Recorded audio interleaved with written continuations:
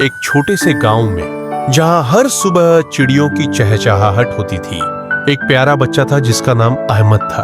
अहमद बहुत चंचल और जिज्ञासु था। उसे हर चीज के बारे में जानने का बहुत शौक था।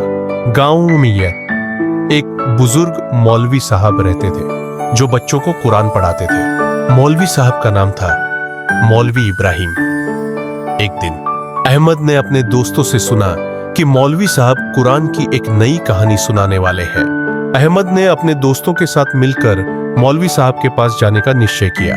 जब वे मौलवी साहब के पास पहुंचे तो उन्होंने देखा कि बच्चे पहले से ही वहां बैठे थे। सबकी आंखों में उत्सुकता थी। मौलवी साहब ने मुस्कुराते हुए कहा, आज हम एक बहुत महत्वपूर्ण कहानी सुनेंगे। यह कहानी हमें सिखाती है कि हमें हमेशा सच्चाई और अच्छाई का साथ देना चाहिए। फिर उन्होंने कुरान की एक कहानी सुनानी शुरू की।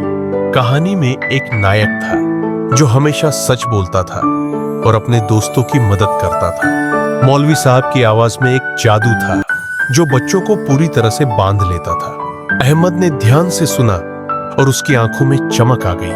कहानी खत्म होने के बाद मौलवी साहब ने बच्चों से पूछा, क्या तुम जानते हो इस कहानी से हमें क्या सीखने को मिलता है? सभी बच्चों ने एक साथ कहा, हमें हमेशा सच बोलना चाहिए और दूसरों की मदद करनी चाहिए।